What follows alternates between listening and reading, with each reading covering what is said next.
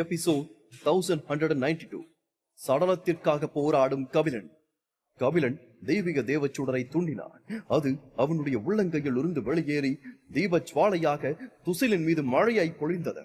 சிறிது நேரத்தில் துசீலன் முழுவதுமாக எரிந்து சாம்பலாக மாறிவிட்டான். கபிலனின் கையில் ஒரு ஸ்படிக மோதிரம் மட்டுமே எஞ்சியிருந்தது. அது துசீலன் அணிந்து இருந்த கேடயம். அது நெருப்பினால் உருகவில்லை, மாறாக அது இன்னும் அற்புதமாக ஜொலித்தது. அது ஒரு உயர்தர பாதுகாப்பு பொக்கிஷமாக இருந்தது. பிறகு அதை சோதித்துக் கொள்ளலாம் என்று கபிலன் அதை வைத்து விட்டான். கபிலா, நீ என்னை கோபப்படுத்தி விட்டாய் என்று கர்ஜித்தபடி விபுதன் கைகளை தூக்க சக்ராயுதம் அவனுடைய உள்ளங்கைகளுக்கு மேலே சுழன்றது. காதை கொழுக்கும் சத்தத்தோடு சக்ராயுதம் வேகமாக சுழன்று பின்னர் அது கபிலனை நோக்கி வெள்ளை ஒளியின் கோடு போல பறந்தது. கபிலன் பன்னீர் வாழ்முறையின் சேஷ வாழ் நுட்பத்தை அப்போது கட்டவிழ்த்தார். காலத்தின் சக்தியையும் வாழ்வழியின் வித்தையையும் தற்காப்பு நுட்பத்தையும் ஒன்றாய் கொண்ட சேஷ வாழ் நுட்பம் அபீஸ் வாளோடு ஒன்றாய் இணைந்தது. கபிலன் அபீஸ் வாளை இரண்டு கைகளாலும் பிடித்து தரையில் ஆழமாக குத்தினார்.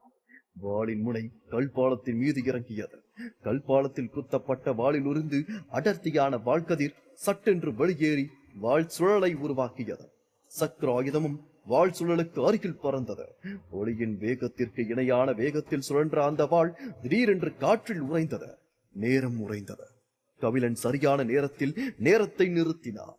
அந்த நொடியில் ஆயிரக்கணக்கான வாழ்கதிர்கள் சக்ராயுதத்தை தாக்கி அதை திசை திருப்பி மீண்டும் அதை விபுதனை நோக்கி பறக்கச் செய்தது. விபுதனின் கண்கள் சுருங்கின. அவன் அங்கிருந்து தப்பிவிட முயற்சித்து வலது பக்கமாக தாவினான். இதை பயன்படுத்திக் கொண்ட கபிலன் தன்னுடைய வேகத்தை அதிகப்படுத்தி தன்னுடைய வழியில் வந்த 3 துறவிகளை கொன்றான். அது மட்டுமின்றி விமூரியையும் பலமாக தாக்கினான். விமூரி இரத்த கவசம் அணிந்து இருந்ததால் அவன் கபிலன் தாக்குதலில் மரணிக்கவில்லை. ஆனால் அவன் ரத்தம் கக்கியபடி கல்பாலத்தில் இருந்து கீழே விழுந்தான். கல்பாலத்தின் கீழ் விழுந்ததால் உதைக்கக்கூட உடல் இல்லாமல் அவன் இறந்து போக வாய்ப்பு இருக்கிறது. ஆனால் அதற்குள் ஒரு இரத்த சிவப்பு சங்கிலி பாலத்தின் கீழே பாய அதை பிடித்துக் கொண்டு அவன் கல்பாலத்தின் மேலே ஏறிவிட்டான். நேத்ராதான் அந்த சங்கிலியை வீசினாள். அவள் கபிலன் கட்டமைத்த கால போர்க்களத்தின் விளிம்பில் நின்றாள். அதனால்தான் அவள் தப்பித்தாள். அதன் பிறகு அவள் அம்புகனை கைப்பற்றினாள். இப்போது விமூரியையும் காப்பாற்றி விட்டாள். விமூரி புனித ரத்தத்தை எடுத்துக்கொண்டு தன்னுடைய காயத்தை மீட்டெடுத்தார்.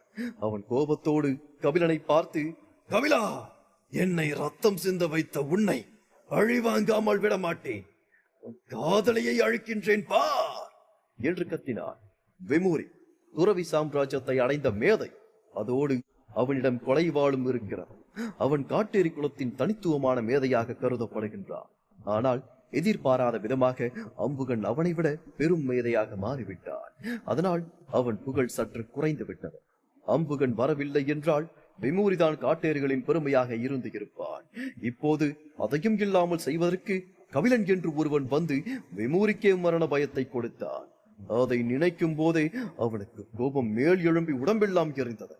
கொலைவாள் அதன் உரையிலிருந்து வெளியே பறந்தது. அது விமூரியை வட்டமிட்டது. பின்னர் அது சாதனா மற்றும் மகதையை நோக்கி மின்னல் வேகத்தில் பாய்ந்தது. பனிமலை உடைந்தால் அவர்களின் சடலங்களும் சிதைந்துவிடும்.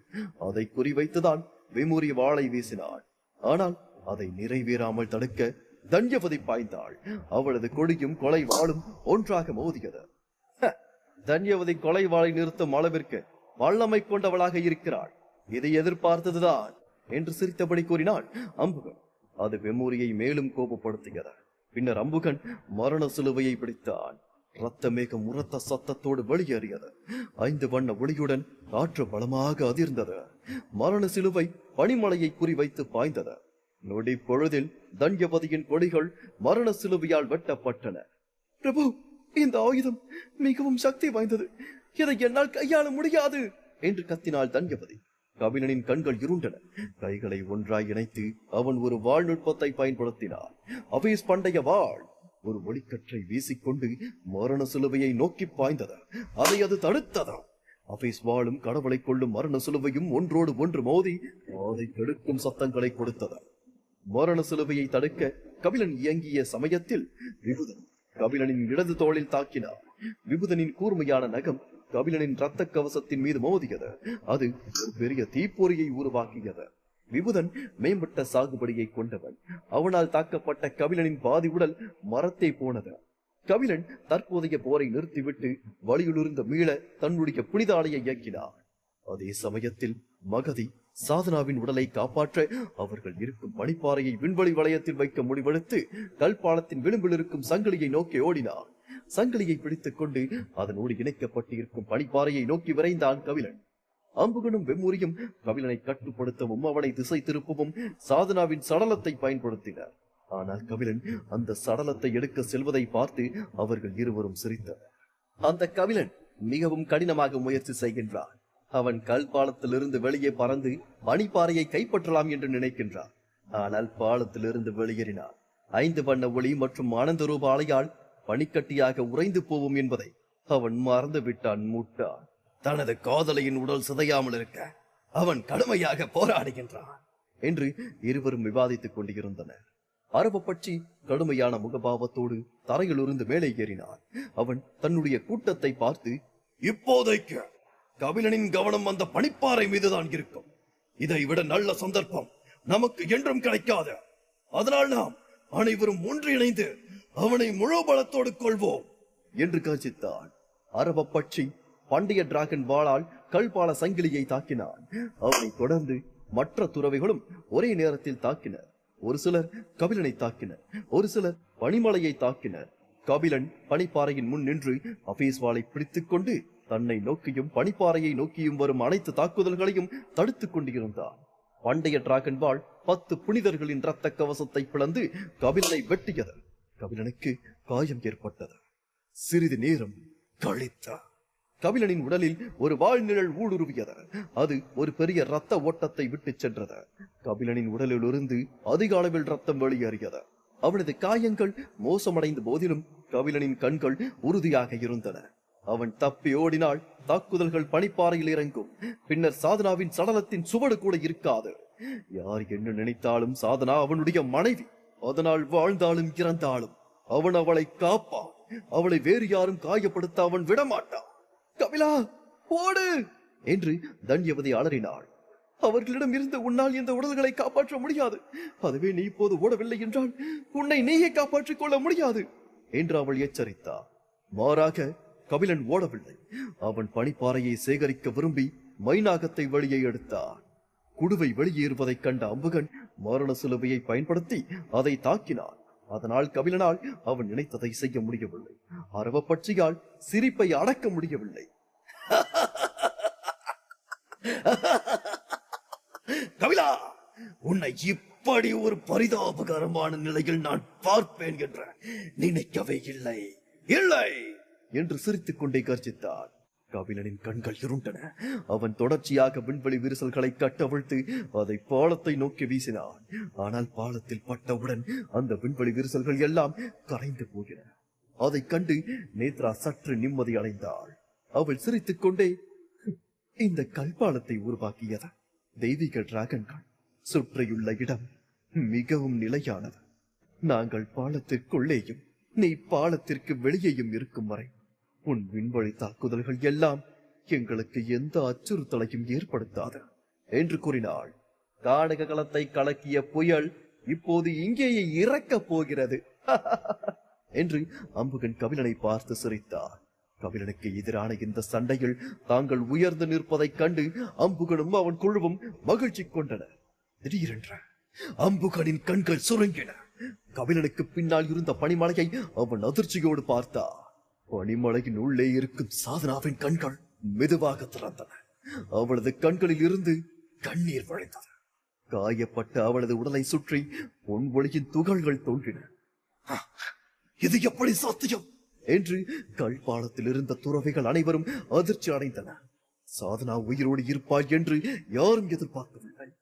எதையோ உணர்ந்த கபிலன் அவனும் திரும்பி பார்த்தான். அவனுடைய கண்கள் ஈரமாக மாறியது. 9 வாரிசுகளில் ஒருவரான சாதனா அசாதாரண பொக்கிஷங்களை கொண்டிருந்தார். பேரரசி சமுத்ரா 9 வாரிசுகளுக்கும் பல தற்காப்பு பொக்கிஷங்களை வழங்கியிருந்தார். சாதனாவை சுற்றி மேலே எழும்பும் பொன்வொளி சமுத்ராவின் சக்தியின் ஒரு இழையாக இருந்தது. மகதியை சுற்றி ஒரு நெருப்பு எரிந்தது. அது பாதரூபி தீபச்சுடர். அந்த தெய்வீக நெருப்பு அவளுக்குள் இருந்து மேலே எழுந்தது. அப்படி என்றால் அவளும் இறக்கவில்லை என்று தோன்றியது. அம்புகனுக்குள் பதட்டம் தொற்றிக் கொண்டதா.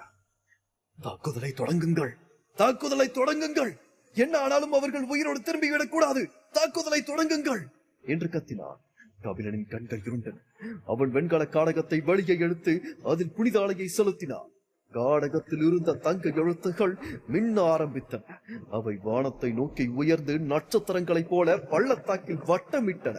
மாறையின் முன் வெண்கல காடகம் மிதந்து கொண்டிருந்தது. அதை பார்க்கையில் ஒரு சிறிய மலை போல் சுழல்வதை போல இருந்தது. அம்புகன், வெமுரி மற்றும் மரபப்பட்சி ஆகியோர் தங்கள் தாக்குதல் நுட்பங்கள், புனித மந்திரங்கள் மற்றும் புனித ஆயுதங்கள் என அனைத்தையும் பயன்படுத்தினர். அவர்கள் தங்க ஒளி கொடுக்கும் நட்சத்திரங்களோடு மோதினர். ஆனால் அவற்றில் ஒன்றை கூட அவர்களால் தகர்க்க கூட முடியவில்லை. வெண்கல காடகம் போர் தொடுக்கும் இந்த வேளையில் கபிலன் ஒரு சுகவந்த மூலிகையை எடுத்துக் கொண்டார்.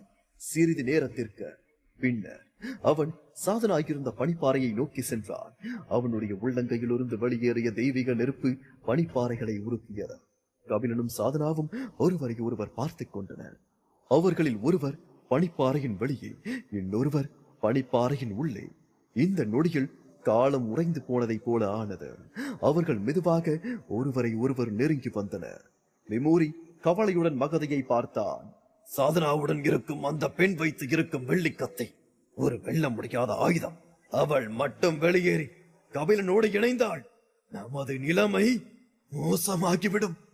இந்த போர் முழுவதுமாக அவனது கட்டுப்பாட்டிற்குள் சென்றுவிடும் என்று கூறினான். அவன் கொலைவாளை வைத்து வெண்கல காடகம் வீசிய நட்சத்திரத்தை தகர்க்க போராடி கொண்டிருந்தான். நேத்ராவின் பார்வை காடகத்தின் மீது இருந்தது. அந்த நீல வண்ண காடகத்தை பாருங்கள், அது கொஞ்சம் வித்தியாசமாக இருக்கிறதா? என் மனோதட சக்தியை கூட அது அடக்கிவிட்டதா? அதற்கு தியாக சக்தியும் இருப்பதாக தெரிகிறதா என்று கூறினாள். வெண்கல காடகம் அசாதாரணமானதுதான். இதை முழு மனதாய் ஒப்புக்கொண்ட அம்புகன் தன்னுடைய சாதாரண தாக்குதல் திறன்களால் அதை சேதப்படுத்த முடியாது என்பதையும் புரிந்து கொண்டான். அதனால் அவன் மற்ற அனைவரையும் பார்த்து, கடவுளை கொள்ளும் மரண சிலுவையின் அசல் சக்தியை பயன்படுத்தினால் மட்டுமே இந்த சூழலை நம்மால் சமாளிக்க முடியும். அதற்கு நீங்கள் அனைவரும் எனக்கு உதவ வேண்டும் என்று கூறினான். சரி என்று கூறிய நேத்ரா தன்னுடைய கையை முன்னோக்கி சுட்டி காட்டினாள். அவளது ஆன்மீக சக்தி அம்புகனை நோக்கி சென்றது. அவளது கையிலிருந்து வெளியேறிய ரத்த சிவப்பு மழை மரண சிலுவையை நனைத்தது. சிறிது நேரத்தில் நதி பாயும் சத்தம் மரண சிலுவையின் உள்ளே கேட்டது. அம்புகனும் தன்னுடைய உச்ச சக்தியை செலுத்த மரண சிலுவையின் உண்மையான சக்தி செயல்படுத்தப்பட்டது. அடர்த்தியான ரத்த சிவப்பு மேகங்கள் தங்க நிற நட்சத்திரங்களோடு மோதியது. ஒருபுறம் ரத்த அலை பாய, மறுபுறம் தங்க ஒளி பிரகாசித்தது. இரண்டு சக்திகளும் மிக வலிமையானவை. ஒன்றை ஒன்று விடாமல் அழுத்திக் கொண்டே இருந்தது. ஆனால் வெற்றி இன்னும் தீர்மானிக்கப்படவில்லை. அரவப்பட்சி புனித மிருகமாக உருமாறினான். அவன் இந்த இரண்டு ஆயுதங்களின் மோதலை பேராசையோடு பார்த்துக் கொண்டிருந்தான்.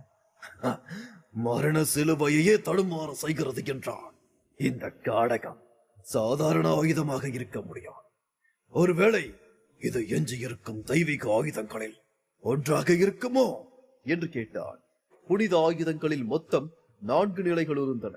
100 கல்வெட்டுகள் கொண்ட புனித ஆயுதங்கள், 1000 கல்வெட்டுகள் கொண்ட புனித ஆயுதங்கள், 10,000 கல்வெட்டுகள் கொண்ட புனித ஆயுதங்கள் மற்றும் மகாயுக துறவியின் ஆயுதங்கள். இதை தாண்டி எஞ்சியிருக்கும் தெய்வீக ஆயுதங்கள் என்பது முந்தைய காலத்தில் கடவுளால் பயன்படுத்தப்பட்ட ஆயுதங்களை குறிக்கும். மேலும் அவை கடவுளின் சக்தியை கொண்டு இருந்தன. அவை புனித ஆயுதங்களின் 4 வகைகளைச் சேர்ந்தவை அல்ல என்றாலும் மகாயுக துறவியின் ஆயுதத்திற்கு சமமானவையாக அவை கருதப்பட்டன. இது எல்லோரிடத்திலும் இருப்பது இல்லை. ஏன் அர்த்தநாரி பிரிவில் கூட இது போன்ற மகாயுக துறவியின் ஆயுதம் இல்லவே இல்லை. இதை பார்த்து அரவப்பட்சியின் கண்கள் மின்னியது.